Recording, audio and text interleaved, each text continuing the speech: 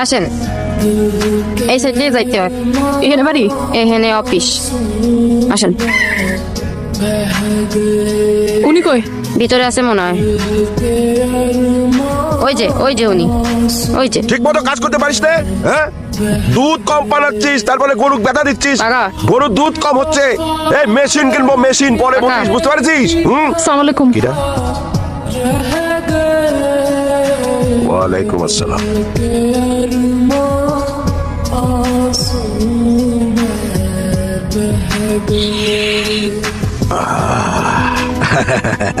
নেন খাঁটি গরুর দুধের চা, খালি পারে ভাল লাগবে না।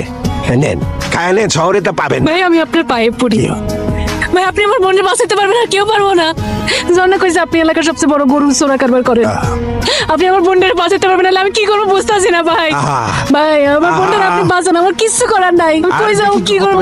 বসেন তো, ঠান্ডা করে এখানে বসেন।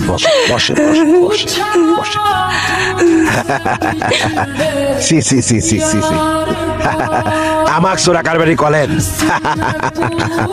আমি আসলে চোরা কারবারি না, হয়েছে কি ওই সরকারের মাঝে মাঝে ট্যাক্সও ফাঁকি দেওয়ার জন্য ওই ধরেন যে মাঝে মাঝে দু একটা গরু এদিক সেদিক আনা নেওয়া করি আর কি, বোঝেন না? চলতে গেলে তো টাকা পয়সা লাগে, দেখতেছেন তো। তবে 10 কথার এক কথা হচ্ছে, আকাশের তো এলাকায় দেখা যাচ্ছে না, মানে পাওয়া যাচ্ছে না কি।